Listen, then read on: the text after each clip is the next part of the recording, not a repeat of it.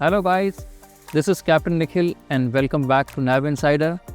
Today we are about to learn how a ship plans her passage. तो हम जानेंगे कि किस तरीके से एक शिप पॉइंट A से पॉइंट B जाता है.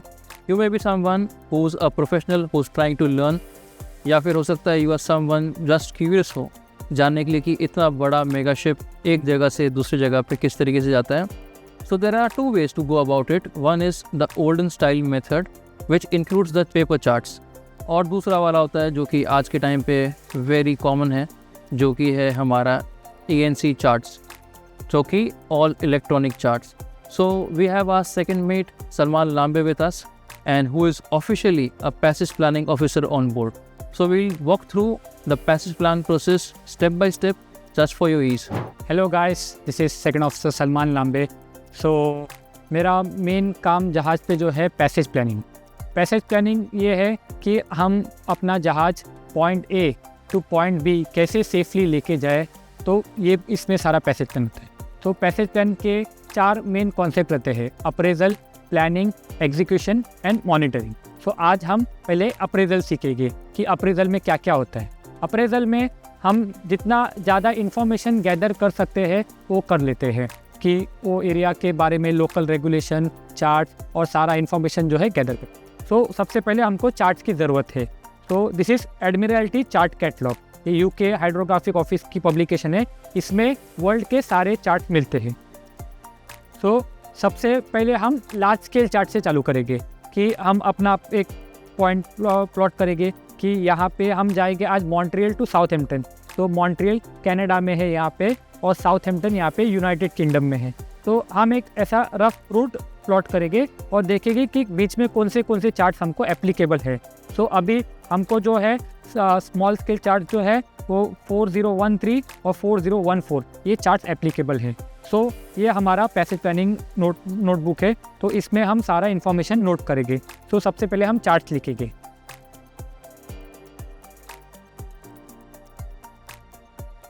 इसके बाद और बड़े स्केल का हम चार्ट देखेंगे, क्योंकि ये चार्ट हम खाली नेविगेशन के लिए यूज़ नहीं कर सकते. ये चार्ट खाली हम प्लानिंग वाइज यूज़ कर सकते हैं from point A two point B. सो उसके बाद दूसरे चार्ट्स आते हैं. तो वापस सेम हम अपना रूट प्लॉट करेंगे और देख लेंगे कौन से चार्ट्स हमको एप्लीकेबल है. सो 44404 2666 4102 4114 ये चार्ट्स को भी हमको ऑर्डर करना पड़ेगा. के चार्ट्स में आ जाएंगे जो कि हमको हमारे बर्थ से चालू करना है. सो ये मॉन्ट्रियल की रिवर है, सेंट लॉरेंस रिवर. ये ऑलमोस्ट 20 आवर्स का पायलटेज है इसमें. सो इसमें वेरियस चार्ट्स है वेरियस सेक्टर्स के. सो हमको ये हमारा मॉन्ट्रियल है. सो हमको 4792 4791 4790 लाइन में सारे चार्ट्स है. ये सारे चार्ट्स हमको जो है ऑर्डर करने पड़ेंगे. तो गाइस ये सारे जो चार्ट्स है हमको मॉन्ट्रियल टू साउथहैम्पटन जाने के लिए लगेंगे. ये हमको सारे चार्ट्स कैटलॉग में से मिले. अभी दूसरा है रूटिंग चार्ट्स. रूटिंग चार्ट्स जो हमको बताता है कि उस महीने का वेदर, वो एरिया का वेदर या वो ओशन का वेदर. सो रूटिंग चार्ट्स भी हमको चार्ट कैटलॉग में से ही मिलेगी. सो ये पूरे वर्ल्ड का रूटिंग चार्ट्स है, वेयर सारा एरिया जो है डिफरेंट चार्ट से डिवाइडेड है. सो हमारा रूट जो है Montreal to Southampton North Atlantic Ocean में आता है. तो हमको एप्लीकेबल रहेगा चार्ट नंबर 5124. आपको एक रफ दिखाता हो कि रूटिंग चार्ट होता कैसे है और उसमें क्या क्या इन्फॉर्मेशन होता है. सो ये जो है नॉर्थ अटलांटिक का रूटिंग चार्ट है. इसमें हमको उस मंथ का विंड, करंट, वेदर फैक्टर ये सारे इन्फॉर्मेशन मिल जाएंगे कि उस महीने में टेम्परेचर में आते हैं. ALRS भी वर्ल्ड के डिफरेंट एरियाज के हिसाब से डिवाइडेड है. तो हमको एप्लीकेबल है NP81, NP74 and NP76. ALRS में जो है वो एरिया का light and fog signal and जो है रेडियो इंफॉर्मेशन, वो सारा इंफॉर्मेशन मिलता है.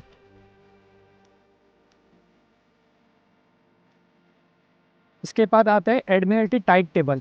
एडमिरल्टी टाइड टेबल जो है हमको टाइडल इन्फॉर्मेशन के बारे में उसका बताता है. ऐसा हमारा मॉन्ट्रियल है, Montreal is a tidal port. तो उसका इन्फॉर्मेशन हमको एडमिरल्टी टाइड टेबल से मिलेगा. सो ये एडमिरल्टी टाइड टेबल भी डिफरेंट वॉल्यूम के हिसाब से डिवाइडेड है. तो हमको एप्लीकेबल है वॉल्यूम 1B एंड वॉल्यूम 2.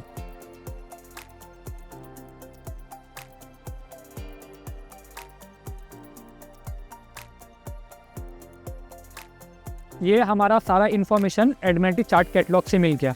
अभी हमको मेन डिस्टेंस फाइंड करने का है कि मॉन्ट्रियल से साउथहैम्पटन जाने के लिए कितना डिस्टेंस लगेगा। उसके हिसाब से हमको बंकर ऑर्डर करना पड़ेगा, फ्रेश वाटर ऑर्डर करना पड़ेगा, और उसके हिसाब से हम ETA देंगे, एस्टिमेटेड टाइम ऑफ अराइवल देंगे, कि हम कितने दिन में या कितने टाइम में जो है साउथहैम्पटन पहुंच सकते हैं।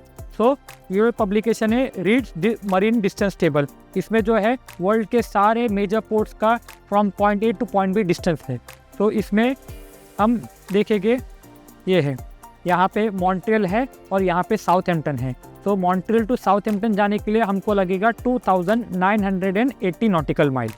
तो उसके हिसाब से हम हमारे चीफ इंजीनियर को इन्फॉर्म करेंगे कि हमारा ये पैसेज इतने डिस्टेंस का है। उसके हिसाब से वो बंकर कैलकुलेशन करेंगे और प्री टाइम लेके ही उतना बंकर ऑर्डर करना पड़ेगा, या वी हैव टू चेक कि हमारे पास उतना बंकर है, वी हैव उतना फ्रेश वाटर है और बाकी सारे जो कंज्यूमेबल है। सो बेसिकली ये जो डिस्टेंस है that is just an approximate distance for the planning purposes से हाउ मच बंकर हमें चाहिए, कितना डिस्टेंस और कितना टाइम लगेगा, that is just an approximate figure. थोड़ा बहुत डिस्टेंस ऊपर नीचे हो, say about 30 miles 40 miles, that is still okay. Exact distance and time would be calculated after the whole planning is completed, and then we get to know कि कितना exactly distance था, and accordingly we can calculate further. But at a planning stage, this much approximation or rough distance is still okay. So in case flags or charts in case हमारे पास में नहीं है, that we'll have to order. तो यही सारा हम preparation कर रहे हैं so that चार्ट हमारे पास में मालूम पड़ जाए हमें कौन सा है, then we can ask for it to order. At the same time अगर चार्ट्स भी नहीं है then we will have to order. कितने ड्राफ्ट तक सेफली लोड कर सकते हैं ताकि हम कोई रेगुलेशन को वायलेट ना करें, because draft restriction tidal port के लिए बहुत इंपॉर्टेंट रहता है कि हम उतने लेवल तक ही लोड कर सकते हैं। तो जैसा हमारा मॉन्ट्रियल जो है टाइडल पोर्ट है, तो हमको एजेंट ऑलरेडी बता देगा कि ये इतना ड्राफ्ट रिस्ट्रिक्शन है, उसके हिसाब से हम हमारा कार्गो प्लानिंग करेंगे। So this is very critical, draft restriction, because we need to consider a lot of things with respect to the tidal level of the water. Also, there are restrictions with air draft. Sometimes we go and pass under a bridge or electrical cables. So, air draft कितना हमारा बच रहा है, how much? So, as per company policy, are we okay to go through? In case if we are not, be it your normal draft or your air draft. So, accordingly, we have to calculate.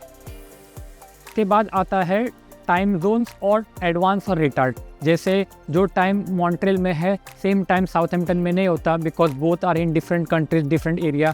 तो हमको check करना है कि Southampton का time zone कितना है और हमको क्लॉक एडवांस करना है या रिटार्ड करना है। ऑल्सो एक और चीज़ इसमें इन माइंड रखना है कि डे लाइट सेविंग टाइम, जैसा कुछ वेस्टर्न कंट्रीज अपने समर मंथ को एक्सटेंड करने के लिए डे लाइट सेविंग करते हैं। सो वो सारा इन्फॉर्मेशन। उसके बाद आता है user map marking including reportings.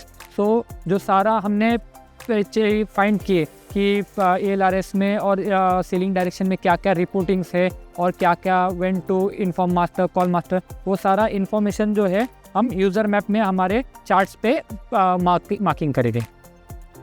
Also with respect to distances, तो distance in case अगर if we are transiting through an ECA area, so normally we would require distances from port to ECA, then after that ECA area exit, and then from again entering into ECA and then to the further port. So basically ECA में होता क्या है कि हम लोग ultra low sulphur fuel oil ये use करते हैं, that is the reason we require distances separately.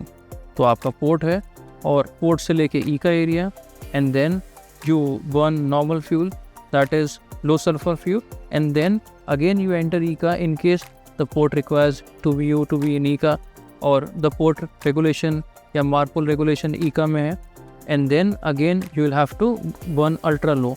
So that is the reason we require in distances in parts, port to ECA, ECA to ECA area, and then ECA to berth. So this was the part which we were using via the old sort of method, that is paper charts. So now our second minute will show the electronic navigation chart, that is the ENC on ECDIST. Okay guys, तो ये हमारा है Admiralty digital catalogue. जैसे हमने हमारे previous इसमें देखे कि चार्ट कैटलॉग पेपर चार्ट के लिए रहता है, तो this is digital catalogue which can be use for both paper chart as well as ENC order करने के लिए। तो आज हम बताएंगे कि हमारा जो रूट है फ्रॉम मॉन्ट्रियल टू साउथहैम्पटन, उसके लिए हमारे एग्डी से रिलेटेड क्या क्या इन्फॉर्मेशन की ज़रूरत है वो कैसे ऑर्डर करते हैं।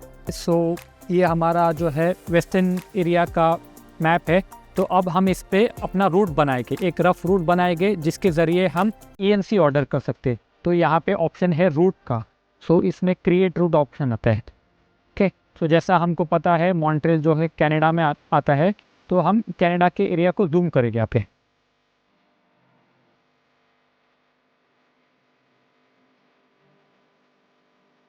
तो उसमें डाल सकते हैं। ठीक, सो इसमें हमको सबसे पहले AVCS Admiralty vector chart service, तो ये सारे जो है ENCs हैं। तो हम जब रूट टू बास्केट डाल देंगे तो हमको पता चल जाएगा कि हमारे रूट में कौन से ENCs एप्लीकेबल है। अब ये रूट टू बास्केट हो गया, अब हम बास्केट ओपन करके देखेंगे तो ये सारे जो है ENCs हमको ऑर्डर करने के। अब एग्डीज के लिए खाली ENC की ज़रूरत नहीं है, ADP की ज़रूरत है, ई नॉटिकल पब्लिकेशन की ज़रूरत है, एडमिरल्टी टाइप टेबल की ज़रूरत है, सारा हमको इधर से ही मिलेगा। तो ये हमने बास्केट में डाल दिया हमारा ENCs। अभी हम सेलिंग डायरेक्शंस जो ENP रहता है वो, तो आप देख सकते हैं ये अलग अलग एरिया का ENP ऑलरेडी इसमें मार्क्ड है। जैसा कि हमने चार्ट कैटलॉग में देखा था, तो ये डिजिटल चार्ट कैटलॉग में भी ऐसे ही मार्क्ड है। सो वापस हम अपने रूट को बास्केट में डाल देंगे और यहाँ पे हम देख सकते हैं कि हमको ये सारे ENP ई नॉटिकल पब्लिकेशन सेलिंग डायरेक्शन चाहिए, NP27, NP50, NP59, NP65। अब हम एडमिरल्टी टाइप टेबल ATT इस पर क्लिक करेंगे, फिर वापस रूट को बास्केट में डाल देंगे एंड देन अगेन हम देख सकते हैं कि हमको ये सारे ATT की ज़रूरत है। उसी तरह हम Admiralty list of light signal को करके वापस या ADLL area 9 and area 1 and 2 and ALRS। Okay guys, तो हम अभी देख सकते हैं कि जो हमको एग्डी से रिलेटेड इन्फॉर्मेशन चाहिए for passage planning from Montreal to Southampton वो सारा हमने ऑर्डर कर लिया है। तो अभी ये एक पैच फाइल जनरेट करता है, इसको हम एक पैच फाइल में जनरेट करेंगे और हमारा जो चार्ट प्रोवाइडर है उसको हम भेजेंगे ताकि वो हमको भेज सके, जो है हम ऐसा रूट डाल सकते हैं।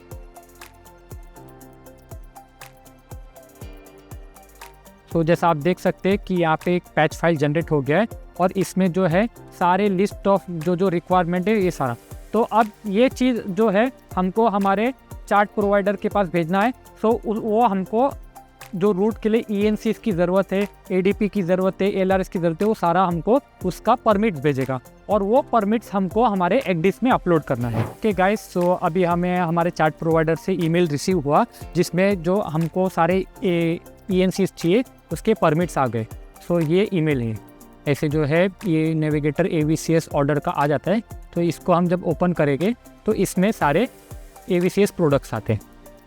जैसे ये परमिट फोल्डर देखेंगे तो इसमें सारे जो है परमिट्स आते हैं और हमको यहाँ पे एक शेड्यूल A आता है। तो शेड्यूल A दिखाता है कि क्या क्या नया तुमने ऑर्डर किए, परमिट्स ऑर्डर किए। तो ऐसा देख सकते हैं सारे कनाडा के चार्ट्स है और जो है साउथहैम्पटन के चार्ट्स है और जो है ट्रांस एटलांटिक के जो चार्ट्स हमको रिक्वायर्ड है वो सारे चार्ट्स हमको ऑर्डर हुए। जो हमारे चार्ट प्रोवाइडर से ईमेल आया था तो उसको हमने पेन ड्राइव में कॉपी कर लिया और ये हमारा एग्डीस है। तो अभी एग्डीस में वो ENCs कैसे डालेगी, एन ENP ऑर्डर कर दिया और confirm their update to latest week.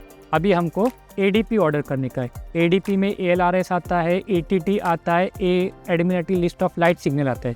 तो ये सारा एक ही सॉफ्टवेयर में आता है, ये ADP का सॉफ्टवेयर है। तो ADP हमको कंफर्म करने का है। सो ये सारे ADP के सॉफ्टवेयर है, ADRS, ATT और ये सारे ADP के सॉफ्टवेयर। तो हम एक कोई सॉफ्टवेयर ओपन करेंगे एंड देन तो ये सारे एरिया से। तो इसका भी सेम प्रोसीजर है ऑर्डर का, बस यहाँ पे अपलोड के इसमें क्लिक करने का एंड देन नेक्स्ट। तो यहाँ पे भी अगर तुम्हारे शिप पे इंटरनेट है और इंटरनेट से कनेक्टेड हो डायरेक्ट इंटरनेट से कर सकते हैं, या we have to send email to Admiralty. ये सारा इसमें देख सकते हैं ADLL, ATT, ADRS, ये सारे जो है हम एक ही एप्लीकेशन में सिलेक्ट कर सकते हैं और नेक्स्ट करके फिर हम इसका पैच जनरेट।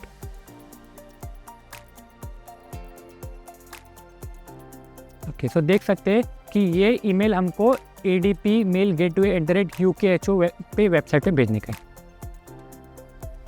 ओके, तो ये हम देख सकते हैं कि ये ADP की विजार्ड फाइल जनरेट हो गई। तो जैसे ये ईमेल में बताया है कि हमको ईमेल करना है ADP को, फिर उसके बाद हमको उसका पैच फाइल रिसीव होएगा एंड अगेन ये एप्लीकेशन पे ओपन कर सकते हैं। लेकिन अभी हमारे शिप पे इंटरनेट कनेक्टेड है तो हमको इतना वेट करने की ज़रूरत नहीं है, हम ऑटोमेटिकली अपडेट कर सकते हैं। तो obtain update directly from Admiralty website. ठीक है, तो इसमें जो जैसा मैंने बताया था 3 ऑप्शन है। So update automatically from the internet कि हमारा रिक्वेस्ट प्रोसीड हो गया and it is update to week 39 of 2025। So आपको यहाँ पे एक चीज़ मैं बताना चाहता हूँ कि हमारे जो ENC सेल्स है, एडीएस के सेल्स है और ई नॉटिकल पब्लिकेशन, ये 1 वीक पीछे रहती है। एडमिरल्टी डिजिटल पब्लिकेशन और पेपर चार्ट के मुकाबले 1 वीक पीछे रहती है। तो जैसा ENC और ENP वीक 39 अपडेटेड है, तो ADP और पेपर चार्ट जो है वीक 40 अप टू डेट रहते हैं। ओके गाइस, तो ये सारा प्रोसीजर जैसा ENC ऑर्डर करने का, अपडेट करने का, ADP ENP, ये सारा जनरल प्रोसीजर मैंने आपको बताया कि जनरली ये शिप पे फॉलो होता है। लेकिन हमारी कंपनी के पास जो है वॉटसिला का एग्जिस्ट है। सो और हमारी कंपनी के शिप्स पे जो है इंटरनेट फैसिलिटी भी अवेलेबल है, तो जिसके ज़रिए हम डायरेक्टली ऑनलाइन सारी चीज़ ऑर्डर कर सकते हैं। हमें कोई चार्ट प्रोवाइडर को रिक्वेस्ट भेजने की ज़रूरत नहीं है। हमारे पास जो वॉटसिला का सिस्टम है उसमें हम डायरेक्टली ऑर्डर कर सकते हैं। तो मैं अभी बताऊँगा कि हमारा जो रूट है मॉन्ट्रियल टू साउथहैम्पटन, जिसमें मैंने रफ रूट बताया, और तो अभी इसमें ऑर्डर कैसे करते हैं। तो इधर जो है हमको लोड रूट करने का है।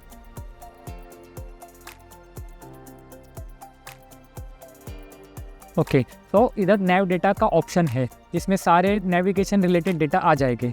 तो अब तो ये टोटल 10 डिजिटल पब्लिकेशन हम लोग को ज़रूरत है अलग अलग एरिया के, ADRS, ATT, EDLL और उसके बाद ENP जो ई नॉटिकल पब्लिकेशन से सेलिंग डायरेक्शन, ये सारे, तो इतने सारे चीज़ अवेलेबल हमको ज़रूरत है।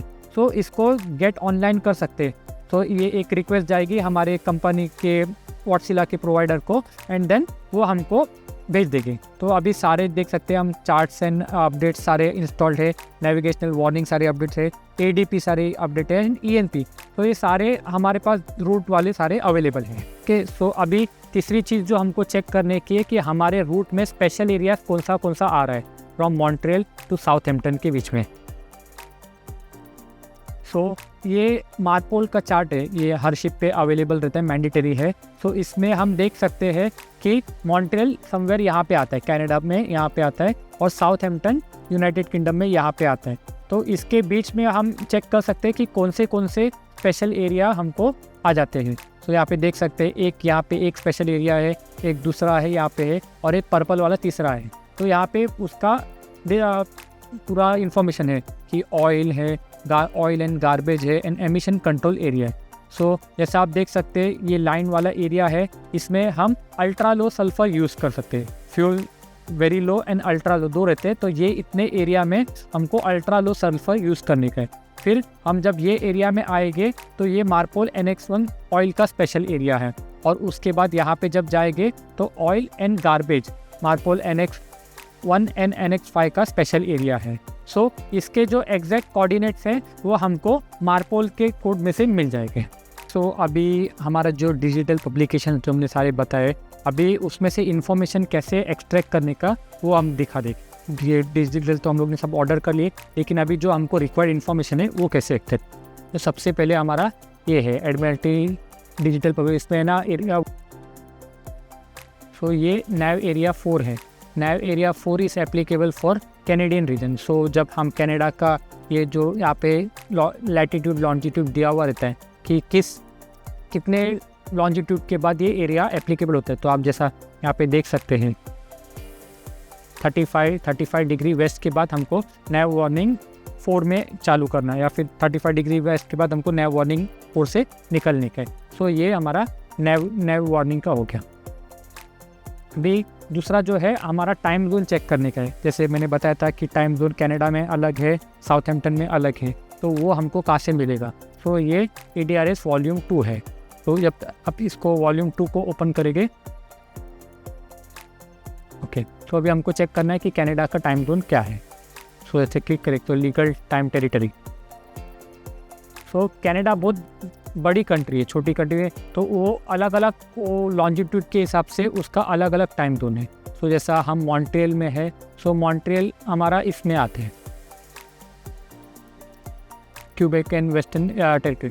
सो अभी हम ये लोग का जो स्टैंडर्ड टाइम जोन है वो +5 है, मतलब जो यूटीसी टाइम है, यूटीसी टाइम है उससे 5 घंटा ये लोग पीछे है। लेकिन अभी करंटली डीएसटी चल रहा है, डिलाइट सेविंग टाइम, तो इसलिए हम +4 मेंटेन करते हैं। सो डीएसटी का यहाँ पे दिखा सकता है कि डीएसटी कब चालू होता है, कब ख़त्म होता है। तो सेकेंड संडे ऑफ मार्च से फर्स्ट संडे ऑफ नवंबर तक, तो ये इसके बीच में +4 होता है, और फिर इसके बाद जो है +5 का टाइम आता है। वैसे ही हम साउथहैम्पटन का चेक करेंगे।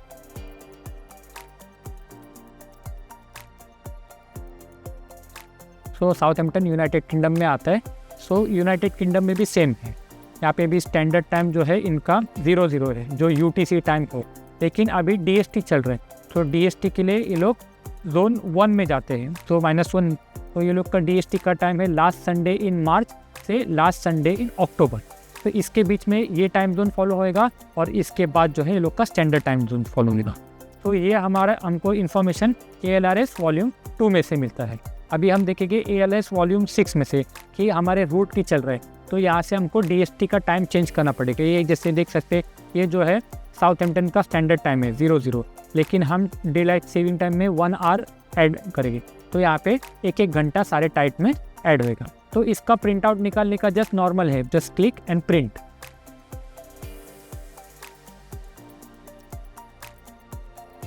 वैसे ही सेम मॉन्ट्रियल के लिए हम लोग, अभी मॉन्ट्रियल का जैसा मैंने बताया स्टैंडर्ड टाइम वो लोग का +0500, लेकिन अभी ये लोग का डीएसटी चल रहा है, तो डीएसटी के लिए 1 घंटा कम करना पड़ेगा। तो यहाँ से सारे टाइट में 1 घंटा उसके हिसाब से ऐड या सब्ट्रैक्ट हो जाएगा। तो अभी जो हम इंफॉर्मेशन सारा एक्सट्रैक्ट कर सकते थे वो हमने देख लिए। अभी कुछ लोकल रेगुलेशंस भी रहते हैं, हर पोर्ट के कुछ लोकल रेगुलेशन, कुछ लोकल रूल्स, कुछ इम्प्लीमेंटेशंस रहते हैं, तो वो सारे हमको एजेंट से मिल जाते हैं। तो हमारा जो हर पोर्ट का एजेंट है, जैसा हमारा मॉन्ट्रियल का एजेंट है, साउथहैम्पटन का एजेंट है, उससे हमको कोऑर्डिनेट करना पड़ेगा रिगार्डिंग द लोकल रेगुलेशन। तो जैसे हम एजेंट को मैसेज करेंगे कि हमारा ये पोर्ट कॉल का ये है, हमको ये पोर्ट कॉल करने का है, तो वो सारा इन्फॉर्मेशन हमको वाया ईमेल फॉरवर्ड करेगा। हमने ENC के बारे में बताया, ADP, ENP के बारे में बताया। अभी AIO के बारे में, एडमिरल्टी इन्फॉर्मेशन ओवरले, जैसा हमारा पेपर चार्ट्स में हम अपना परमानेंट करेक्शन करते and temporary and preliminary correction करते, वैसा ENC के लिए जो है AIO करेक्शन आता है। सो अभी हमारे रूट के ENC जो प्रोवाइड कर रहे हैं, जो कंट्री प्रोवाइड कर रहे हैं, उसमें हम चेक करें कि हमारा AIO इंक्लूडेड है क्या नहीं है। तो वो लिस्ट फाइंड करने के लिए हमको UKHO की वेबसाइट में चेक करना पड़ेगा। जैसा हमारे पास वो लिस्ट एप्लीकेबल अवेलेबल है, ये देख सकते हैं, status of TNP information in ENCs। तो ये सारे वर्ल्ड के ENC प्रोवाइडर है, अल्बानिया, अर्जेंटीना, ये सारे जो है इतने सारे प्रोवाइडर्स है। तो अभी उसके हिसाब से हमारे पास कौन से ENCs अवेलेबल है, कौन से, जैसे हमारे पास जर्मनी के ENCs है, कनाडा के ENCs है, और जो है यूनाइटेड किंगडम के, ग्रेट ब्रिटेन के ENCs है। तो उसमें हम चेक करेंगे, जैसे आप इधर देख सकते हैं, information included in ENCs, temporary, clearly and Admiralty TNP notices included in AIO। तो यहाँ पे येस और नो देख सकते हैं कि अगर तुम्हारा ENC प्रोवाइडर अगर AIO में इंक्लूड कर रहा है तो तुमको कुछ करने की ज़रूरत नहीं है। अगर तुम्हारा चार्ट प्रोवाइडर या फिर ENC प्रोवाइडर अगर तुम्हारा TNP नोटिस AIO में इंक्लूड नहीं कर रहा है तो उसके लिए हमको मैन्युअली प्लॉट करना पड़ेगा। उसके बाद जो है मेन हमारा ड्राफ्ट भी है, जैसे हमारे पैसेज प्लान में हर एक चीज़ बहुत इंपॉर्टेंट है, हर एक एस्पेक्ट बहुत इंपॉर्टेंट, लेकिन हम कितना लोड करेंगे वो भी सबसे इम्पॉर्टेंट है। ऐसे नहीं कि हम कोई भी ड्राफ्ट रेस्ट्रिक्शन वायलेट कर सकते। सो उसके लिए हमको एक तो लोकल ड्राफ्ट रेगुलेशन जो है वो चेक करना पड़ेगा, जैसे हम एजेंट के मैसेजेस में चेक कर सकते हैं, और हमारा draft through out the passage. तो उसके लिए एक वर्ल्ड चार्ट है, वर्ल्ड लोड लाइन चार्ट है। तो ये देख सकते हैं कि हमारा पोर्ट ऑफ लोडिंग जो है कनाडा है एंड पोर्ट ऑफ डिस्चार्ज जो है साउथहैम्पटन है। तो हम लोग ये एरिया में ट्रांजिट करने वाले, जिसमें north Atlantic winter season 2 and north Atlantic winter season 1 ये सारा एरिया है। तो उसके हिसाब से हम हमारे उतने लोड लाइन, अगर शिप अगर फुल्ली लोड नहीं हो रहा है तो इशू नहीं है, लेकिन अगर फुल लोड हो रहा है तो लोड लाइन लेवल, तो हमको ये चार्ट को रिफ़र करना पड़ेगा। और अपने एरिया में which is the lowest load line, तो हम मैक्सिमम उतना ही लोड कर सकते हैं। So guys, this was the generic sort of instructions, किस तरीके से पैसेज प्लान एक नॉर्मली सेकंड मेट करता है। ऑफ कोर्स ये बहुत डिपेंड करता है कि कौन से पोर्ट से आप डिपार्ट कर रहे हो, कहाँ पे आप अराइव कर रहे हो, किस तरीके का पैसेज है, किस तरीके का वेदर है। हो सकता है you might have to go और divert to a port of refuge as well, है ना। तो बहुत सारी चीज़ें फैक्टर्स डिफ़र करती हैं। इट ऑल्सो डिपेंड्स कि एग्डिस आपका हो सकता है दूसरे सॉर्ट ऑफ हो, तो आपको हो सकता है अपडेशन प्रोसीजर डिफरेंट हो। सबका अपना अपना हो सकता है, every person has a different set of style, या हो सकता है दूसरा तरीका भी हो। तो this was a generic overview. हो सकता है कि कुछ चीज़ें आपको अपने स्पेसिफिकली प्लसेस और माइनसेस करने पड़े। Okay, so that was it. Thank you guys for watching. Do like, share and subscribe to Nav Insider, and we'll see you soon on the next one.